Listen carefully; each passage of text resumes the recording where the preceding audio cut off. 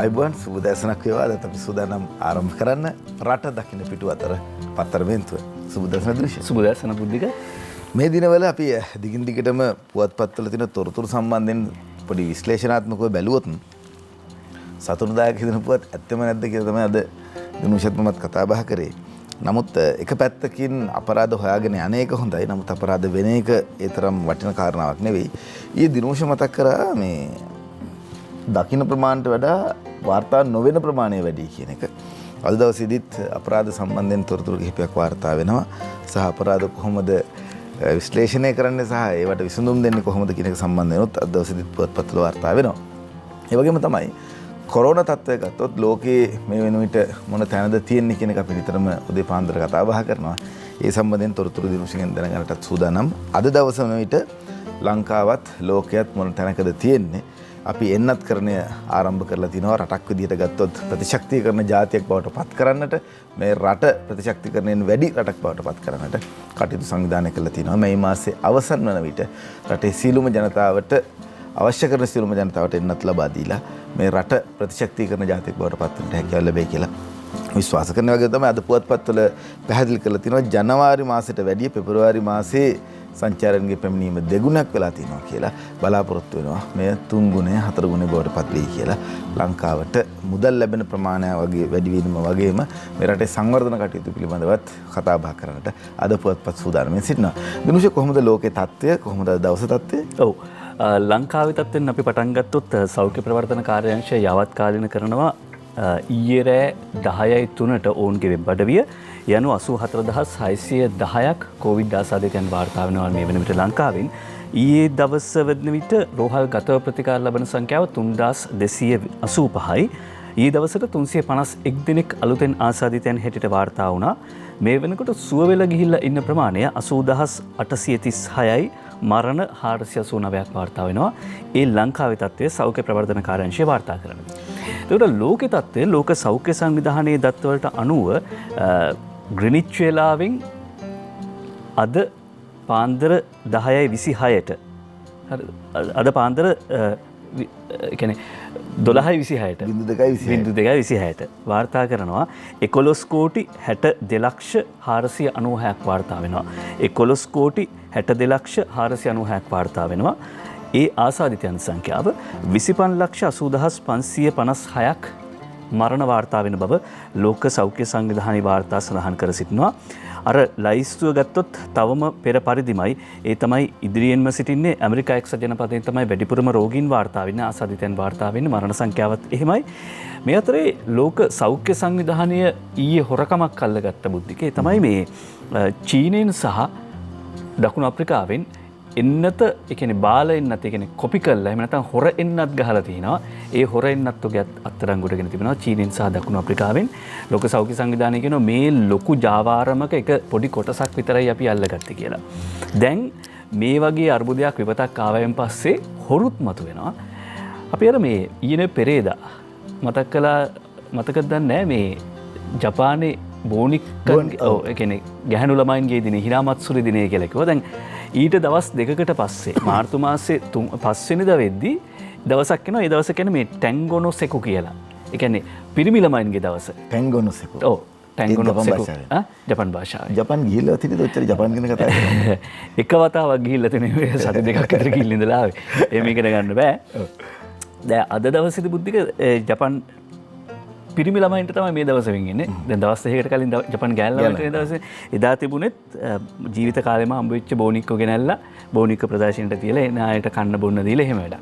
දැන් අද තියෙන්නේත් එහෙම බෝනික්කන්ටම තමයි මේ සංග්‍රහ කරන්නේ. බෝනික්ක තමයි විශේෂ වෙන්නේ. පිරිමි ළමයිත් බෝනික් කරන තමයි. පිරිමි ළමයින්ට දැන් පිරිමි ළමයි බෝනික්කෝ එක්ක සෙල්ලම් කරනවා කියුවයින් පස්සේ නිකන් මේ රෝස පාටක් වගේ නිකන් හිතෙන්න පුළුවන්. නිකන් සමනල පාටක් වගේ කියලා නෑ. එහෙම නෙවෙයි. මේ කින්ටාරෝ කියලා වීරෙක් ඒ ජපන් ජනකතාවල ඉන්නවලු කින්ටාරෝ කියලා වීරෙක්. ඒ වීරයාගේ ආකෘතියට හදපු බෝනික්කෝ තමයි පිරිමි ළමයින්ට දෙන්නේ. කොහොම වුණත් බෝනික්කන්ගේ කාලේ ඉඳලා කියන බෝනික්කෝ එක්ක සෙල්ලම් කරන කාලේ ඉඳලා වීරයන්ව සමාජයට හඳුන්වා දෙන එක, දරුවන්ට හඳුන්වා දෙන එක ඊටාම වැදගත්. මොකද දරුවන්ට බලාගෙන හැදෙන්න වීරයන් ඉන්න ඕන සමාජයක් ඉස්සරහම දෙන්නේ. ස්ටාලින් මිය ගිහිලා තියෙනෙත් අද වගේ දවසක මාස් ගැන ලෙනින් ගැන කතා බහ කරනකොට ඊට පස්සේ රුසියාවේ නායකයෙක් විදිහට අපි කතා බහ කරනවා ස්ටාලින් ගැන. විශේෂයෙන්ම සමාජවාදය කොමියුනිස්ට් පිළිබඳව කතා බහ කරන අපේ පැරණි දේශපාලඥයන් ස්ටාලින්ගේ කාලයන ඒ යුගය පිළිබඳව සිපත් කරනවා ස්මරණය කරනවා. අද ඒ පිළිබඳවත් මතක් කරමින් අපි සූදානම් ප්‍රධාන පුවත්පත්වල මුල් පුවත් මොනවද තියෙන්නේ කියලා හොයාගෙන යන්න.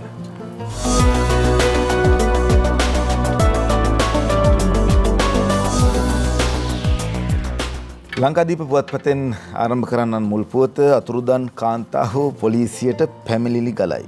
අතුරුදන් කාන්තාව පොලිසියට පැමිණිලි කළයි. දැනටමත් 200ක් ලැබිලා පිට රටිනුත් ඇමතුම් 12ක් බෑගයක් තුල තිබී කොළඹ වෙල්ලවේදී හමු කාන්තා මල්ලසුරු සම්බන්ධයෙන් තොරතුරු සොයා ගැනීම සඳහා ප්‍රසිද්ධියට පත් කෙරුණු පොලිස් ශනික දුරකථන අංකවලට අතුරුදන් වූ කාන්තාවන් 200 දෙනෙකුට අධික සංඛ්‍යාවක් සම්බන්ධයෙන් තොරතුරු ලැබී ඇතැයි පොලිස් මාධ්‍ය ප්‍රකාශක නියෝජ්‍ය පොලිස්පති අජිත් රෝහණ මහතා ප්‍රකාශ කරා කියලා ලංකාදීප අද මුල් පුවතට වාර්තා කරනවා.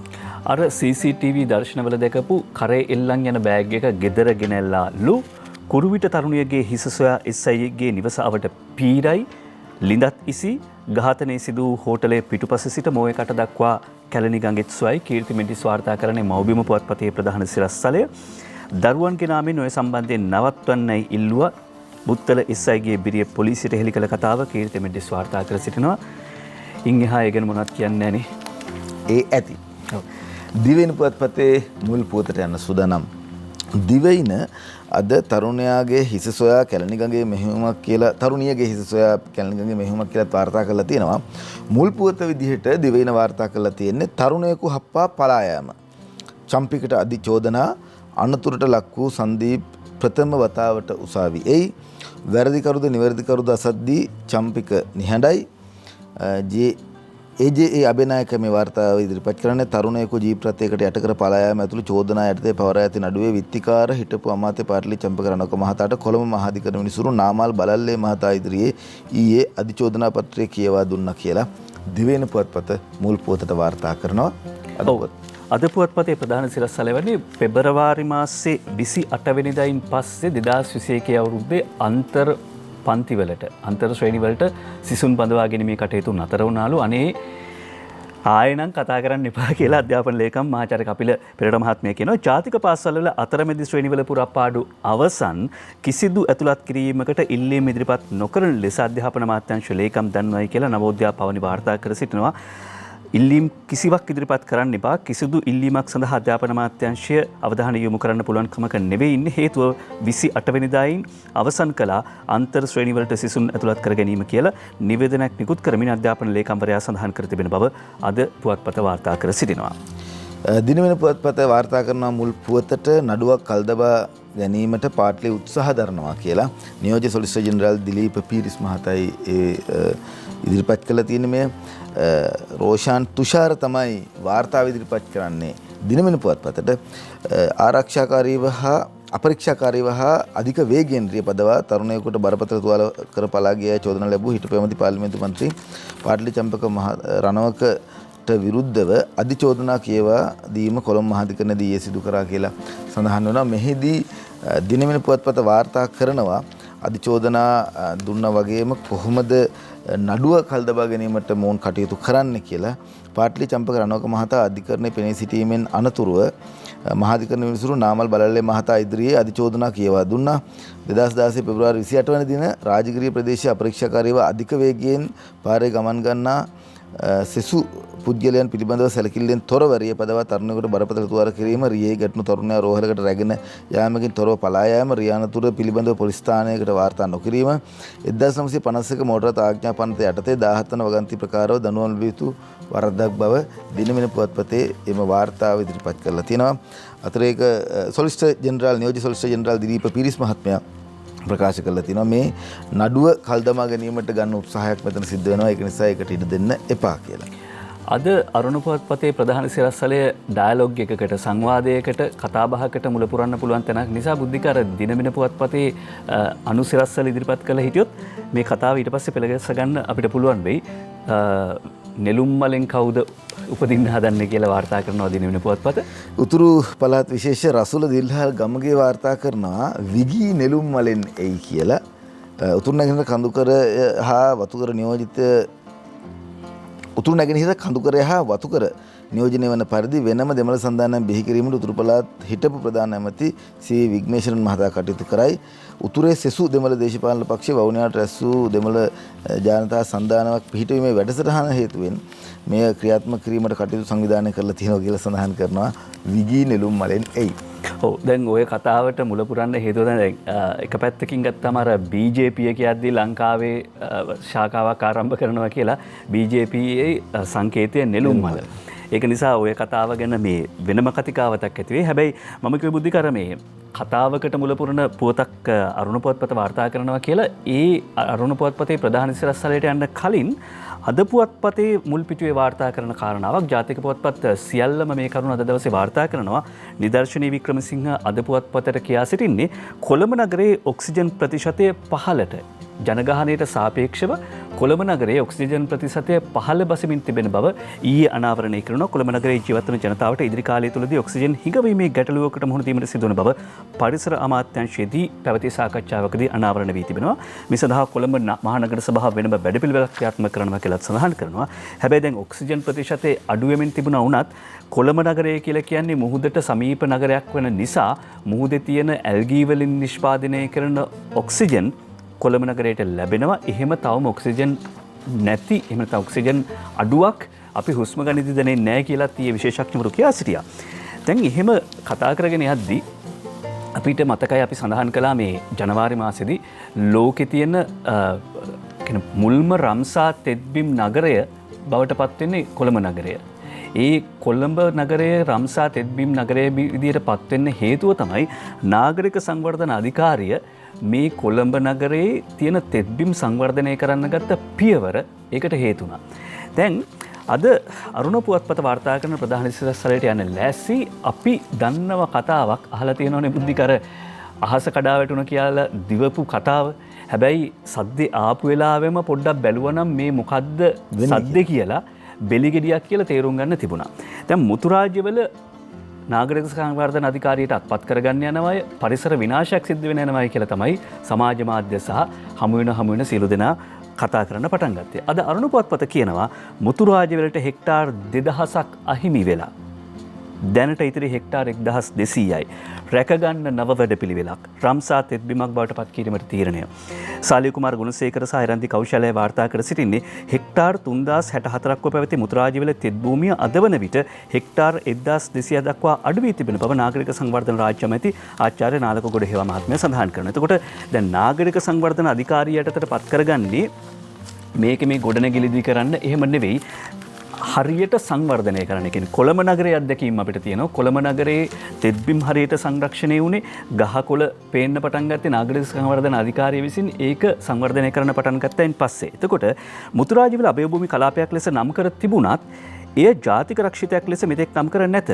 එය ජාතික රක්ෂිත කලාපයක් බවට පත් කිරීමට නම් පෞද්ගලික ඉඩම් පවරා ගැනීම කළ යුතු බැවින් වනජීවි සංරක්ෂණ දෙපාර්තමේන්තුව ඒ සඳහා ප්‍රතිපාදන ප්‍රමාණවත් නැහැ. කියන්නේ වනජීවි සංරක්ෂණ දෙපාර්තමේන්තුව සඳහා තියෙන නීති ප්‍රමාණවත් වෙන්නේ නැහැ මේ තියෙන ඉඩම් අත්පත් කරගන්න. ඒ නිසා තමයි නාගරික සංවර්ධන අධිකාරියට පවරා ගන්න හදන්නේ. පළමු වටේදී හෙක්ටාර් 1200ක් පවරාගෙන ජාතික රක්ෂිත කලාපයක් සහ අභය භූමි කලාපයක් බවට පත් කරන බවත් ඊට පසු අදින කිහිපයකදී මුතුරාජ්‍යවල භූමියේ ඉදිකර තිබෙන කර්මාන්තශාලා නිවාස පවරා ගන්නා බවත් අමාත්‍යවරයා සඳහන් කරනවා.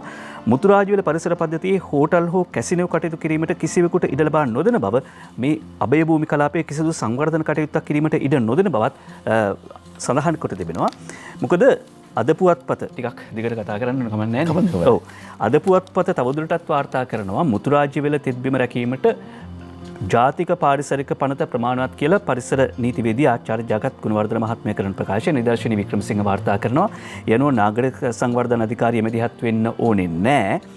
මේ තියෙන නීති හොඳට ඇති මේක රැකගන්න කියලා කියද්දී අරුණ පුවත්පත ඇතුල් පිටුවක තවදුරටත් වාර්තා කරනවා. අරුණ පුවත්පතේ 9 වෙනි පිටුවටයි අපි මේ යන්නේ. ඒ තමයි මුතුරාජ්‍යවල ආරක්ෂා කිරීමට පියවර ගනිද්දී රැකගන්න කතා කරන අයත් එරෙහි වෙනවා කියලා අමාත්‍ය මහින්ද අමරවීර මහත්මයා කියනවා. මුතුරාජවිල පරිසර පද්ධතිය ආරක්ෂා කර ගැනීමට කටයුතු කරදී කොම්පැනිකාරයෝ පමණක් නොවේ මුතුරාජවිල ආරක්ෂා කර ගැනීමට අවශ්‍ය කරන බවට හඬ නගන අය පවා විරුද්ධව කෑ ගැසීම පුදුමයට කරුණක් කියලා මාතවර සඳහන් කරනවා.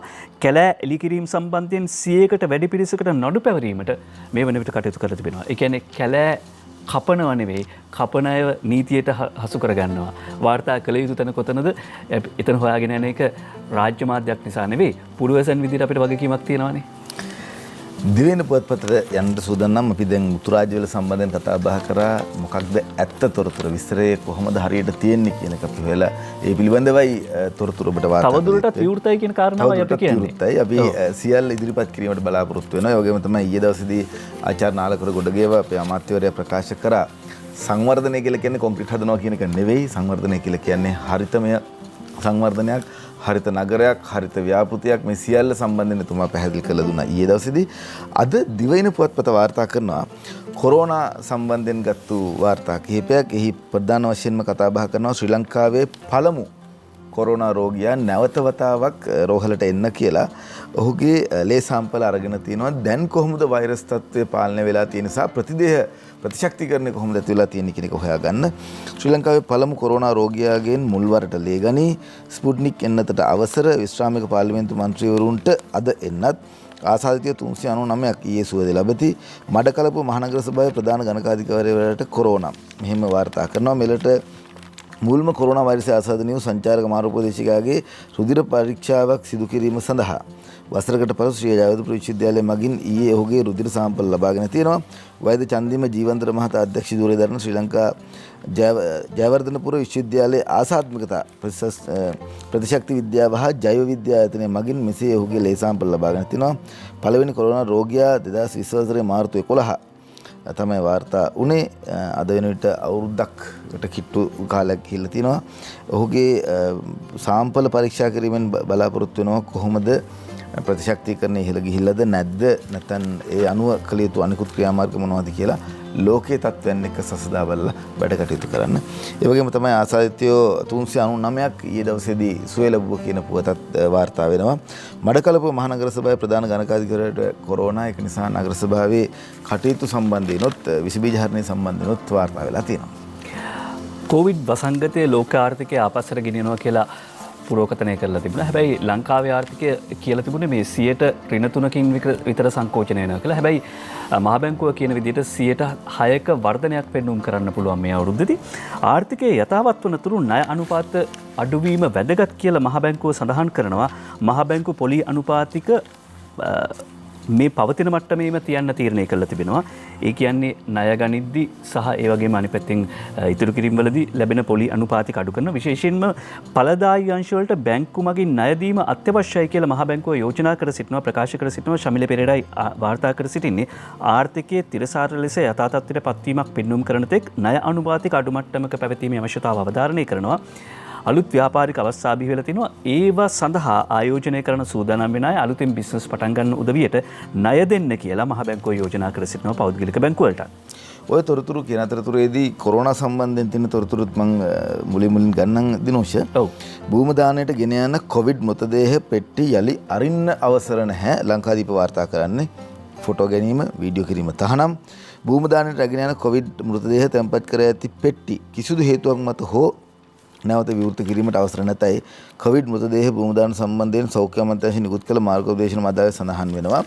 මේ පිළිබඳව ඔබගේ දැනුවත් වීම හොඳයි කියලා මම විශ්වාස කරනවා. මේ ලිපිය ටිකක් වැඩිපුර කියවන්නම්. කොවිඩ් රැගෙන යන දේහ රැගෙන යන අවස්ථාවේදී කටයුතු කළ යුතු ක්‍රියාමාර්ග අතර මృతදේහ භූමදානය කරන්නේ නම් මරණකරුගේ ඥාතීන් විසින් ඒ පිළිබඳව සෞඛ්‍ය සේවා අධ්‍යක්ෂ ජෙනරාල්වරයාට නොපමාව දැනුම් දිය යුතුයි. කියන කවුරු හරි ජීවිතක්ෂයට පත් වුණා නම් ඔවුන්ගේ ඥාතීන් ඉක්මනටම කියන්න ඕන සෞඛ්‍ය සේවා අධ්‍යක්ෂ ජෙනරාල්වරයාට මෙය භූමිදානය කළ යුතුයි කියලා. දේහයේ ඉරණතිව් දූපතට රැගියා හැක්කේ සෞඛ්‍ය අංශ නිලධාරීන් නිකුත් කරන ලියකියවිලි තිබේ නම් පමණයි. ඉරණතිව් දූපතට නීත්‍යානුකූලව රැගෙන යා යුතුයි. ඒ ලියකියවිලි තියෙනවා නම් විතරයි ගෙනියන්න පුළුවන්. මృతදේහ රැගෙන යාම සඳහා අවශ්‍ය පෙට්ටිය මරණකරුගේ ඥාතීන් විසින් ලබා දිය යුතුයි. රජයෙන් පෙට්ටියක් ලබා දෙන්නේ නැහැ. පෙට්ටියක් අවශ්‍යයි. ඒ ඥාතීන් විසින් ලබා දිය යුතුයි. කොළඹ නගරයේ නම් කරන ලද ස්ථානයකට රැගෙන එන දේහය දිනපතා අලුයම 5:30ට නාචිකුඩා ජැටිය දක්වා ප්‍රවාහනය කරයි. ඉන් පසුව මෘතදේහ හඳුනා ගැනීම සඳහා රෝහලට පැමිණෙන ඥාතීන් දෙදෙනෙකුට පමණක් දේහය සමග එරණතිව් දූපතට යාමට අවසර හිමි වෙනවා. ඒ ඥාතීන් දෙදෙනා නිරෝධායන නීතිවලට දැඩි ලෙස අනුගත විය යුතුයි. අවසන් කටයුතු ඥාතීන් දෙදෙනෙකුගේ හා ආරක්ෂක අංශ සෞඛ්‍ය අංශ නිලධාරීන්ගේ සහභාගීත්වයෙන් පමණක් සිදු කළ යුතුයි. මේ අතර කොවිඩ් මෘතදේහ භූමිදානය සඳහා එරණතිව් දූපත තෝපරා ගැනීම සම්බන්ධයෙන් අදහස් දක්වන සෞඛ්‍ය සේවා අධ්‍යක්ෂ ජෙනරාල් විශේෂයෙන්ම ප්‍රකාශ කර සිටිනවා. මෘතදේහ භූමිදානය සඳහා තෝරාගෙන ඇති ස්ථානයේ පිහිටා ඇත්තේ මහ ජනතාව පදිංචි වී සිටිනට ප්‍රදේශවලින් බැහැරව ජනශූන්‍ය ප්‍රදේශයයි කියන එකට. ඒ වගේම තමයි මලසිරු භූදානය කරන්නේ ඉරණතිව් දූපතේ කෙළවරකයි කියලා සඳහන් කරලා තියෙනවා. කොවිඩ් මලසිරු භූදානය සඳහා අවසර ලබා දීමේ තීරණය ඇතුළත් ගැසට් නිවේදනයේ පසුගියදා නිකුත් කරනවා. සෞඛ්‍ය අමාත්‍යනි පවිත්‍ර වන්‍යාරච්චි මැතිණිය මේකට අත්සන් කරලා තියෙනවා. මේ විදිහයි කොරෝනා මරණ භූමිදානය සම්පූර්ණම විස්තරය කිව්වා. මොකද මේ ගැන විවිධ අය විවිධ මත පළ කරන්න ගත්තා. ආණ්ඩුව කියන දේ කරන්නේ චක්ලේඛන ගහලා තිනවා ක්‍රියාත්මක වෙන විදිහක් නැහැ කියලා. හැබැයි මතක් කරන්න කැමති යමක් සිදු කිරීමේදී විද්‍යාත්මක පසුබිමක් තියෙනවා. මේක රෝගයක් එක්කයි සෙල්ලම් කරන්නේ, නිකන් දේශපාලනික කාරණාවක් නෙවෙයි. ඒ නිසා ආණ්ඩුව සහ සෞඛ්‍ය අංශ කොහොමද වැඩ කටයුතු කරේ කියන එක ලිපියේ සඳහන් වෙනවා. ඒ අපිට ප්‍රකාශ කරන්න. ඔන්න කිව්වා වැටුනේ බෙලිගෙඩියක් කියලා. ඔන්න කිව්වා වැටුනේ බෙලිගෙඩියක් කියලා. එතකොට ජනමාධ්‍ය මාත්‍ය කෙහෙලි රඹුකැල්ල මහත්මයාත් ඊයේ ප්‍රකාශ කර සිටිය සිංහල අවුරුද්දට කලින් හැම දිනාටම කියන්නේ අවදානම් සහිත සියලු දිනාටම එන්නත ලබා දීමේ වැඩපිළිවෙල සාර්ථකව නිම කරන්න පුළුවන්කම තියෙනවා කියලා. ඒ වගේම විශේෂයෙන්ම අප්‍රේල් මැයි වලින් පස්සේ ආර්ථිකය නැවත මීට වඩා වේගවත් ගමනක් යයි කියන විශ්වාසය පළ කරනවා. ඒ අතරේ ජනාධිපතිවරයා ඊයේ පෙරේදා සඳහන් කර සිටියා මේ ණයවාරික ගෙවන එක පිළිබඳව ඒක ගැන බය වෙන්න එපා කියලා. අද කැලුම් බණ්ඩාර වාර්තා කරනවා ඩේලි මිරර් පුවත්පතට Chinese loan and currency swap arrangement on the way. ලංකාවට චීනයෙන් රුපියල් මිලියන 500ක මුදලක් සහ ඒ වගේම ස්වැප් පහසුකම යටතේ යුවාන් වලින් ගත්තොත් යුවාන් බිලියන 2ක් ඒ කියන්නේ ඇමරිකන් ඩොලර් මිලියන 600ක මුදලක් ඉදිරි සති දෙක තුළ ලැබීමට නියමිතයි කියලා ශ්‍රී ලංකා දූත මණ්ඩල පිරිසක් ඉන්දිය සමාවෙන්න චීන විදේශ අමාත්‍යවරයා උප විදේශ අමාත්‍යවරයා එක්ක මේ පිළිබඳව සාකච්ඡා කරලා තියෙනවා. ඒ නිසා චීන මූල්‍ය ආධාර සති දෙකක් ඇතුළත ලංකාවට ලැබීමට නියමිත බව සඳහන් වෙනවා මේ අවශ්‍ය ආර්ථික සංවර්ධන ප්‍රතිසංවිධාන කටයුතු සඳහා.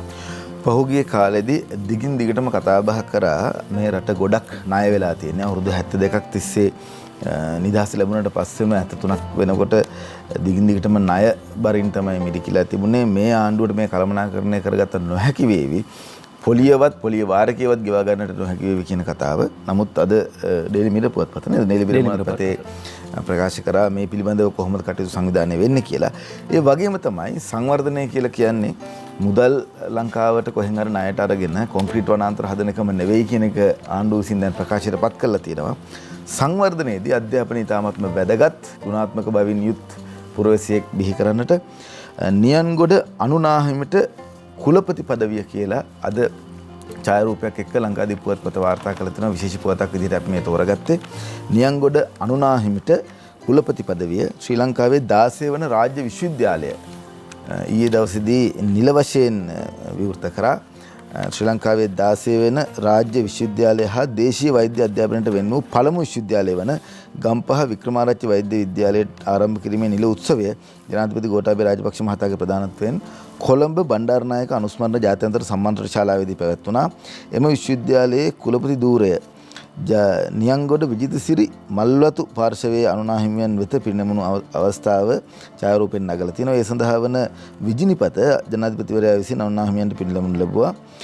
අධ්‍යාපන අමාත්‍ය මහාචාර්ය ජී.එල්. පීරිස් මහතා, විශ්වවිද්‍යාලයේ උපකුලපතිනි ජ්‍යෙෂ්ඨ මහාචාර්ය ජනිතා ලියනගේ මහත්මියත් මෙතන ඉන්නවා. පළවෙනි උපකුලපතිනිය ලෙස එම විශ්වවිද්‍යාලයේ ජ්‍යෙෂ්ඨ මහාචාර්ය ජනිතා ලියනගේ මහත්මිය කටයුතු කරනවා. ඒ වගේම තමයි කුලපතිවරයා බවට පත් වෙන්නේ නියන්ගොඩ අනුනාහිමි. අපි ස්වාමීන් වහන්සේටත් එම මැතිණිය පිළිබඳව අපි ගෞරවයෙන් සිහිපත් කරනවා. ඒ වගේම තමයි ලංකාවේ 16 වෙන විශ්වවිද්‍යාල වැඩිපුර විවෘත වෙනවා කියලා කියන්නේ, පාසල් වැඩිපුර විවෘත වෙනවා කියලා කියන්නේ බන්ධනාගාර වැහෙනවා. ඒ වගේම තමයි කර්මාන්ත ශාලා ඇතුළු අනෙකුත් සුවිශේෂී රටට ධනය ගෙනත් දෙන දේවල් විවෘත වෙනවා කියන එක අපි අහලා තියෙනවා. ඒක නිසා මේ ඉතාමත්ම ආඩම්බරයෙන් මතක් කර හැකියි. විශේෂණ බුද්ධික ලංකාවේ 16 වෙනි විශ්වවිද්‍යාලය බවට පත්වීම වික්‍රමාරච්චි ආයුර්වේද විශ්වවිද්‍යාලය 16 වෙනි විශ්වවිද්‍යාලය පටන් ගැනීම වගේම මේ දේශීය වෛද්‍ය විද්‍යාව ප්‍රචලිත කරන්න විශ්වවිද්‍යාලයක් ආරම්භ වීම ඉතාමත් වැදගත්. බුද්ධදාස රජුගේ කාලේ ඉඳලා තමයි රජවරු වෙදකම් කරන්න පටන් ගත්තේ. 56 සංඝවෙදගුරු ගොවිකම්කරු බලවේගයක් ඇතුණා කිව්ව මෙතෙක් 2021 වෙනකන් අපිට බැරි වුණා ජාතික විශ්වවිද්‍යාලයක් ආයුර්වේද විෂය වෙනුවෙන් ආරම්භ කරන්න. මේ ආරම්භ වෙලා තියෙන්නේ ඒක. දිනුෂ කියනවා සංඝවෙදගුරු ගොවිකම්කරු කියලා. සංඝයා වහන්සේලා තමයි මේ රටේ මූලිකත්වයම ලබාගෙන ඉන්නේ. ඊළඟට ඉන්නේ වෙදවරු.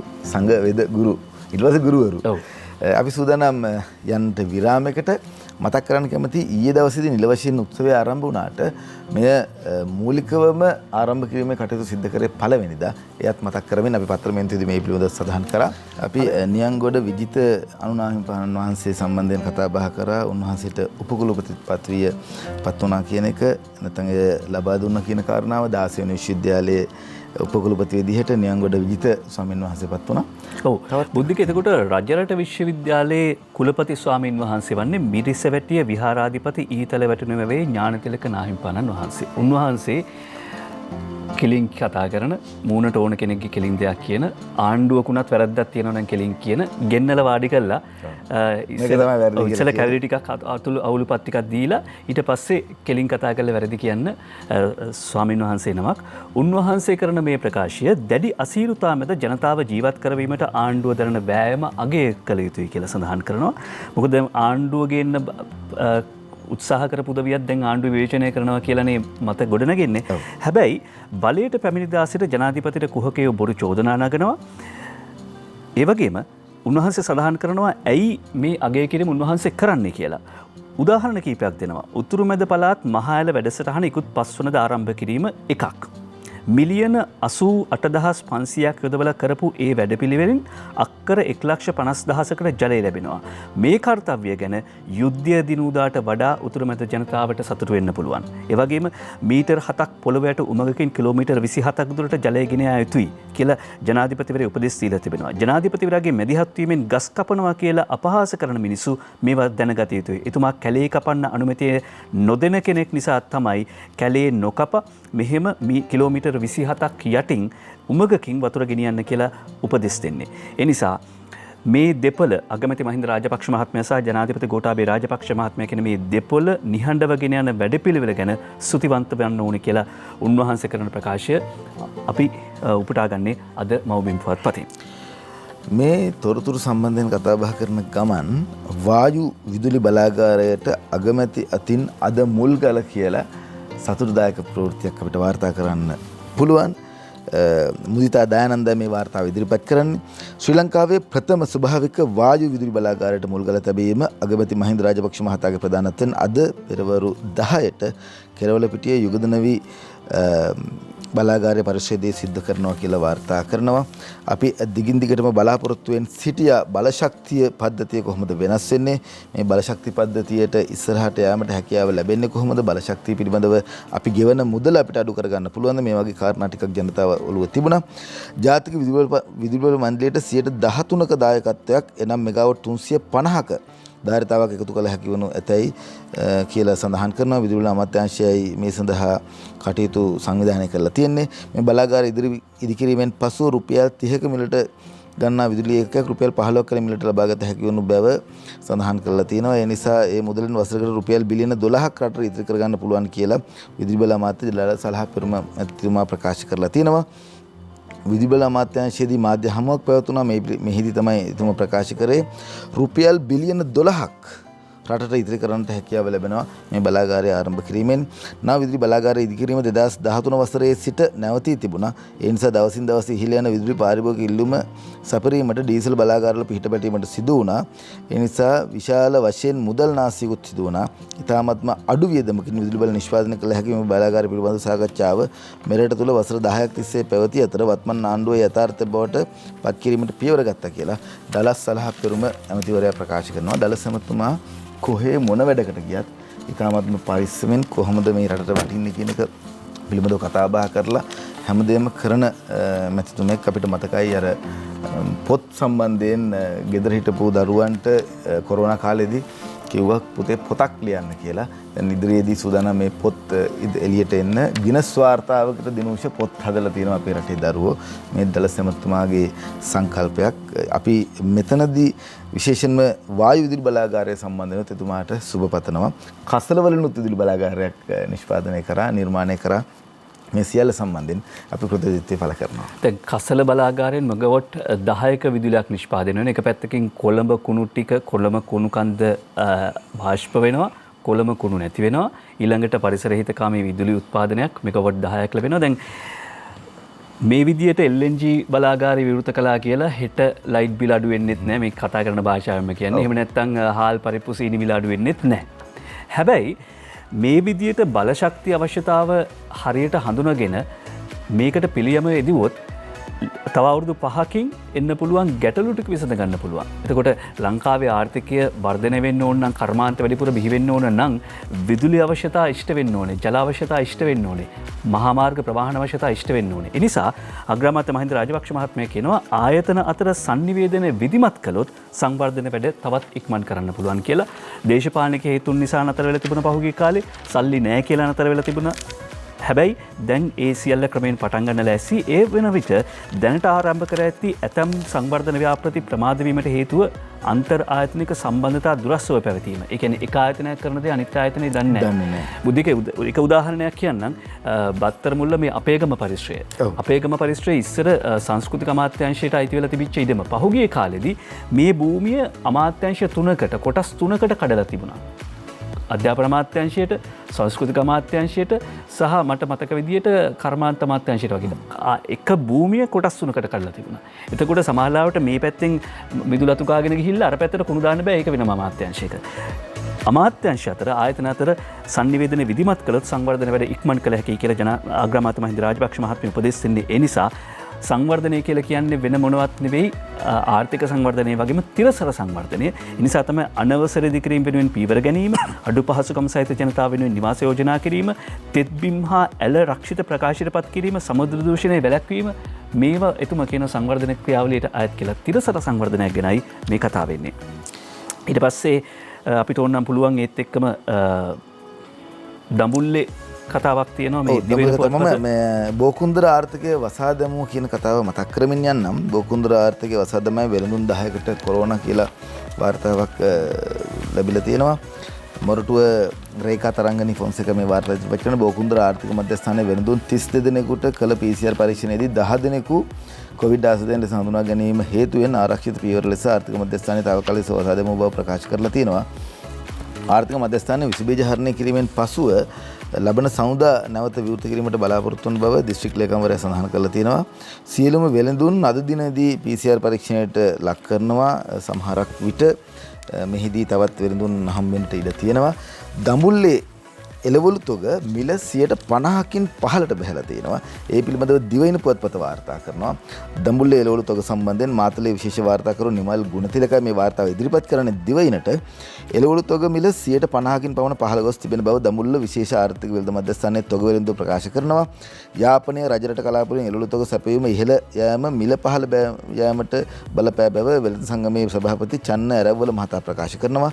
උඩරට කලාපෙන් එළවලු නොලැබෙන බවත් යාපන කලාපයෙන් එළවලු තොග සැපීම ඉහළ ගොස් තිබෙන බවත් ඔහු ප්‍රකාශ කරා. දඹුල්ල තොග වෙළඳ පොළට එළවලු මෙට්‍රික් ටන් ලක්ෂ 10ක පමණ තොගයක් ලැබුණු අතර මාළු මිරිස් බෝංචි හැර සිසු එළවලු කිලෝක තොග මිල රුපියල් 70 නොඉක්මන බව සභාපතිවරයා ප්‍රකාශ කරා. යාපන දිස්ත්‍රික්කයේ අර්තාපල් මාළු මිරිස් කැරට් බීට් රතුළු විශාල තොග සැපීමක් ලැබෙන බව රජරට කලාපයේ සෙසු එළවලු තොග ලැබෙන බවත් හෙතෙම ප්‍රකාශ කරා කියලා සඳහන් වෙනවා. ඇත්තටම අපිට සතුටුයි මිල පහළ යාම සම්බන්ධයෙන් සතුටුයි.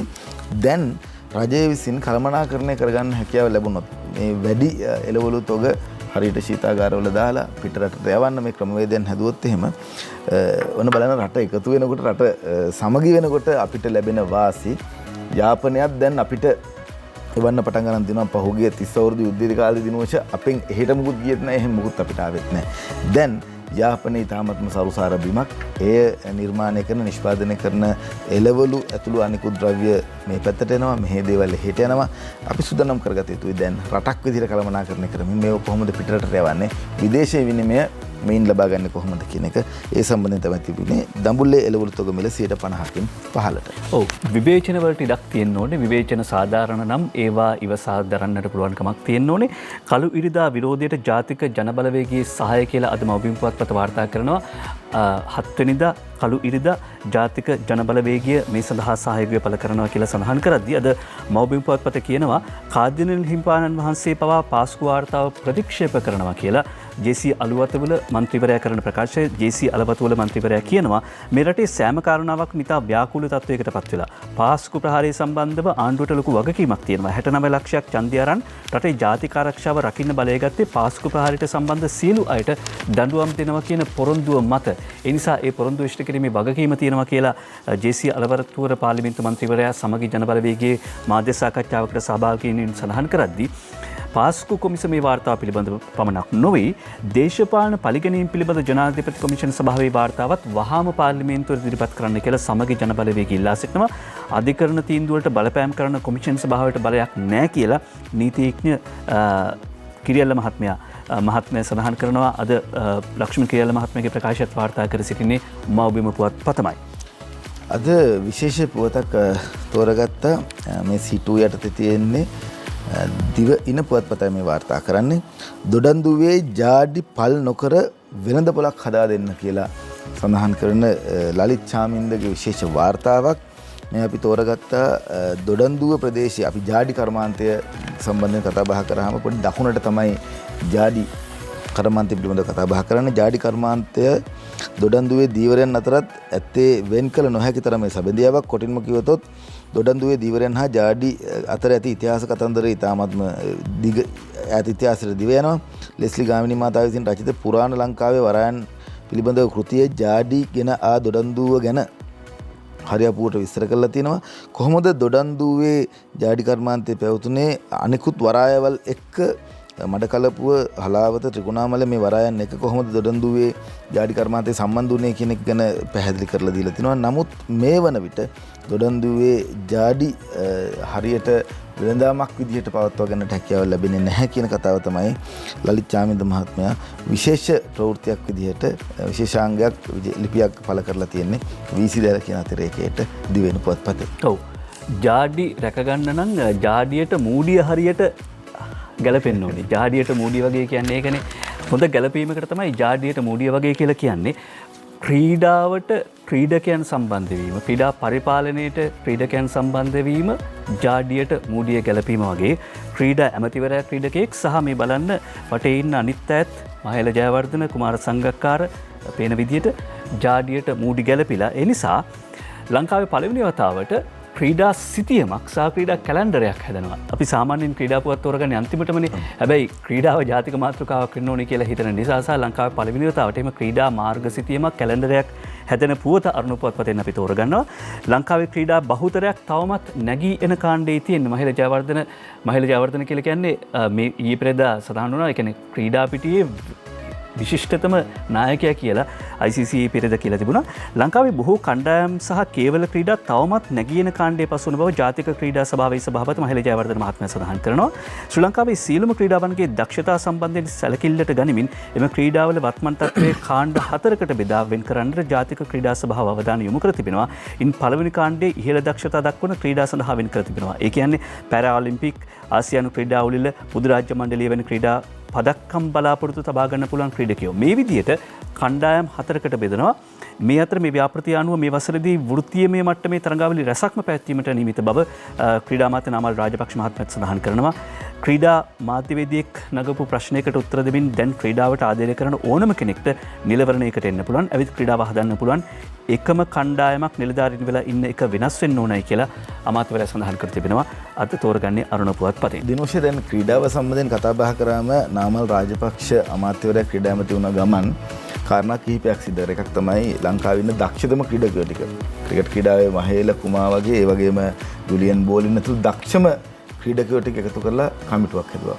ඊළඟට දැන් ගිය සතියේදී අපිම වාර්තා කරා දිනුෂම මේ වාර්තාව ඉදිරිපත් කරේ ඊයේ දවසේදී ලංකාවේ හැම ප්‍රාදේශීය ලේකම් කොට්ටාශයකටම ක්‍රීඩා පිටියක්. ක්‍රීඩා පිටි 332ක් නිර්මාණය කිරීම මේ අවුරුද්දේදී ඉවර වෙනවා. ඊළඟට පාසල් ක්‍රීඩා පද්ධතීන් කොහොමද සංවර්ධනය කරන්න කියන කාරණාව පටන් ගත්තා. අධ්‍යාපන අමාත්‍යාංශයත් ක්‍රීඩා අමාත්‍යාංශයත් එකතු කරලා ක්‍රීඩාව කොහොමද දියුණු කරන්න කියලා පටන් ගත්තා. මේ විදිහට සැලසුම් ගත කරලා අද අපි කියනවා ලංකාවේ ක්‍රීඩා කැලෙන්ඩරය. මෙහෙම වුණොත් ජාත්‍යන්තරයත් එක්ක අපේ රට ඉස්සරහට ගෙනියනකොට ක්‍රීඩාව වාණිජමය ක්‍රීඩාව බවට පත් කරගැනීමට හැකියාව තිබුණොත් රටටත් ඒ ඉතාමත්ම වටිනවා. ඒ වගේම තමයි ක්‍රීඩාව නිසා ලොකු ජනප්‍රියභාවයට මේ රට ගෙනියන්න පුළුවන්, සංචාරක කර්මාන්තයත් ඉස්සරහට ගෙනියන්න පුළුවන්. මේ සියල්ල සංකලනය කරමින් දක්ෂ දරුවෙක් බිහි කරන්නටයි ක්‍රීඩාවෙන් ඉස්සරහට ගෙනියන්නටයි මේ බලාපොරොත්තුව. මතක් කරා ජෝසප් ස්ටාලින් අභාව ප්‍රාප්ත වුණේ අද වගේ දවසක කියලා. සම්පූර්ණ නම ජෝසප් විසියාරියොනොච්චි ස්ටාලින්. 1878 දෙසැම්බර් මාසේ 18 වෙනිදා තමයි ඉපත ලැබුණේ. 1953 මාර්තු මාසේ 5 වෙනිදා තමයි මිය ගියේ. වයස අවුරුදු 74යි මේ යනකොට.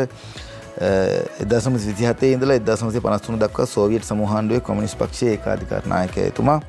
මරණය දක්වා සෝවියට් සංගමය පාලනය කරා. මාක්ස්වාදය හා ලෙනින්වාදය ගරු කරපු කෙනෙක්.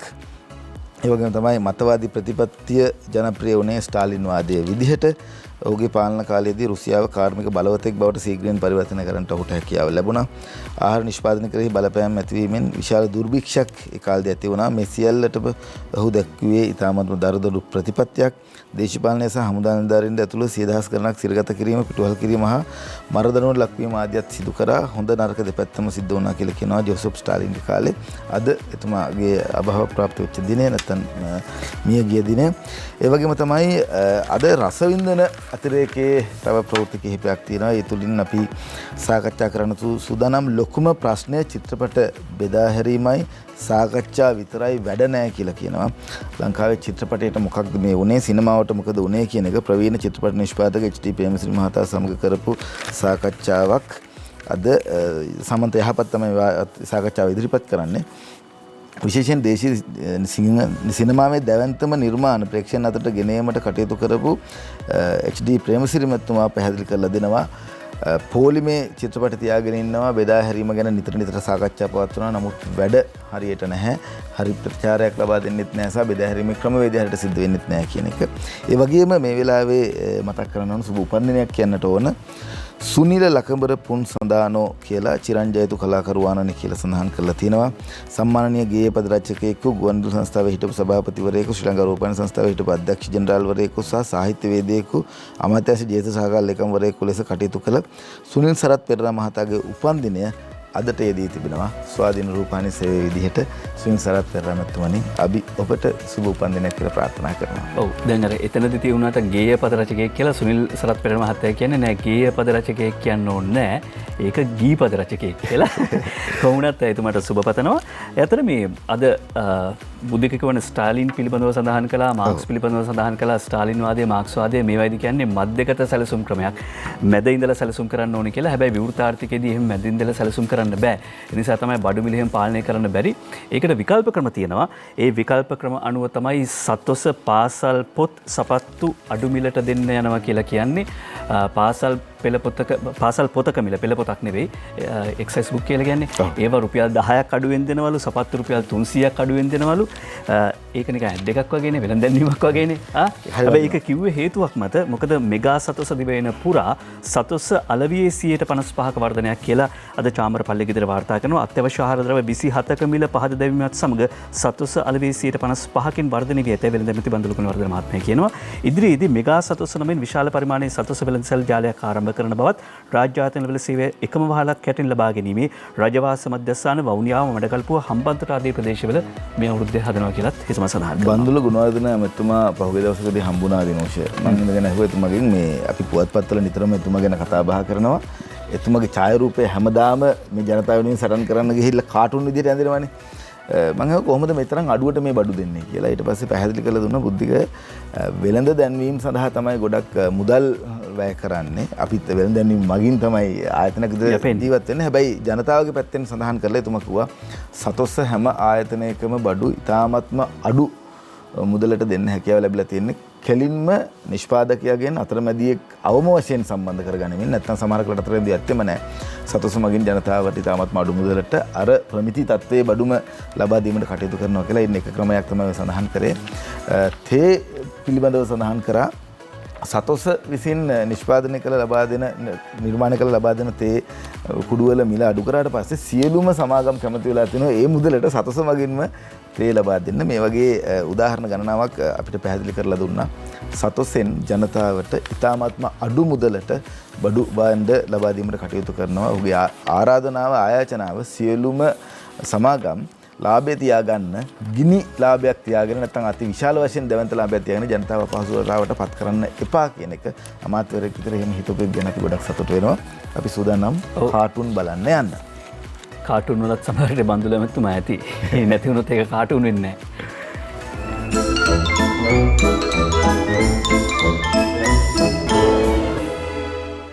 මුලින්ම අරුණ පුවත්පතේ කාටුනයක් මම තෝරගන්නම්. හසන්ත විජයනායකගේ හුරේරා කාටුනය. කර්මය ජයසූරිය ලෙසින්ද පැමිණිය හැක කියලා තියෙන්නේ. සනත් ජයසූරියට කොවිඩ් එන්නත දීපු අමාත්‍යාංශ ලේකම් අයින් කරලා කර්මය ජයසූරිය ලෙසින්ද පැමිණිය හැක. හැබැයි රාජ්‍ය අමාත්‍ය ප්‍රනාන්දුපුල්ලි මහත්මිය සඳහන් කර තිබෙන්නේ මගේ ලේකම් අයින් කළා කියලා මම තාම දන්නේ නැහැ කියලා අරුණ පුවත්පතත් වාර්තා කර සිටියා. හසන්ත විජයනායක අරුණ පුවත්පතට ඇඳපු කාටුන් එක තේරුම් ගන්න එක එක පැති තියෙනවා. කොවිඩ් මෘතදේහ භූමදානය කිරීම සඳහා අරගෙන එන ඔන්න කණ්ඩායම. එතකොට ඔක්කොම එකතු වෙලා දූපත ඈතට අරගෙන යන්න වෙනවා. මේක තේරුම් ගන්න ටික වෙලාවක් යයි. හරිද? මේක තේරුම් ගන්න ටික වෙලාවක් යයි. මේක හැබැයි මේ කාටුන් එක හරියට තේරුම් ගත්තොත් මේ ප්‍රශ්නට උත්තරේ හම්බ වෙනවා. එච්චරක් විතරක් කියන්නම්කෝ. පොහොට්ටුව නිසා මම්මුලාව 69 ලක්ෂය අපිට එකතු වෙන්න කියලා සජිත් කියනවා. රනිල් වික්‍රමසිංහ මහත්මයා කියනවා ටෙලිෆෝනය නිසා මංමුලාව අය අපට එකතු වන්නේ කියලා. දිනවෙන පුවත්පතේ අංජන ඉන්ද්‍රජිත් තමයි මේ කාටුන නිර්මාණය කරන්නේ. පොහොට්ටුව නිසා මම්මුලාව 69 ලක්ෂය අපට එකතු වෙන්න සජිත් කියයි. ටෙලිෆෝනය නිසා මම්මුලාව අය අපට එකතු වෙන්න UNP නායකයා රනිල් වික්‍රමසිංහ මහත්මයා කියයි. දැන් හැමෝම හැමදාම උද්ඝෝෂණ කරන්නේ අඩු කරන්න කියලා. මොනවත් අඩුුන්නේ නැද්ද?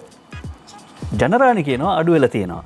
උඹලා හැමදාම කෑ ගහනවා හැමදේම ඉහළ දානවා කියලා ඔන්න අපි පහත දැම්මා. මොනවද සර්? කොළඹ වායුගෝලයේ ඔක්සිජන් ප්‍රතිශතය. අද පුවත්පතේ කාටුනේ ඔබට ඉදිරිපත් කරන්න සූදානම්. අද පුවත්පත සඳහන් කළ තිනවා මේ ඊයේ පෙරේදා සහ අද කියන දවස් තුනේ ගාලු මූදුර පිටියේදී ඔබට නරඹන්නට පුළුවන් ගුවන් හමුදාවට වසර 70ක් පිරීම නිමිත්තෙන් සිද්ධ කරන ගුවන් යාන සංදර්ශනය. ආර්ථිකය කියන යානය කඩාගෙන වැටෙනවා. ඒක පේන්නේ නැද්දෝ? එහෙම නැත්නම් ආර්ථිකය කඩාම වැටෙනකොට මැති ඇමතිවරු නැත්නම් රජය ගුවන් යාන සංදර්ශන මිනිසුන්ට පෙන්වනවා වගේ එකක් තමයි අද නිර්මාණය කරලා තියෙන්නේ කාටුන් ශිල්පියා අද පුවත්පතේ.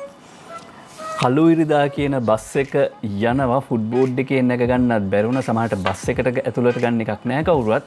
හැබැයි ටිල්වින් අයියයි අනුරමල්ලි ඕනේ අන්තම් පිටිපස්සෙන් ඉල්ලුණා කියලා දාස දැකලා තියෙනවා. දුවන බස් එකට ගිහිල්ලා එල්ලිලා. ඔව්. ලංකාදීප දාස අපුවලානගේ සුවාරිස් කාටුනය කඩළු පැනීමේ තරගයක්. මේක බාධක මතින් දිවීමේ තරගයක්. භූමදානය කියන බාධකය යන්තම් පැනගත්තා. දැන් ඉරණතිව් කියන බාධකයේ දෙපැත්තම බාධක තියෙනවා. කටු වලින් තමයි නැත්නම් වීදුරු කටු වගේ තමයි අපිට පේන්නේ. අග්‍රාමාත්‍යතුමා ඒ බාධකේ කොහොමද ජයගන්නේ කියන එක තමයි මේ අද සුවාරිස් දැකලා තියෙන්නේ.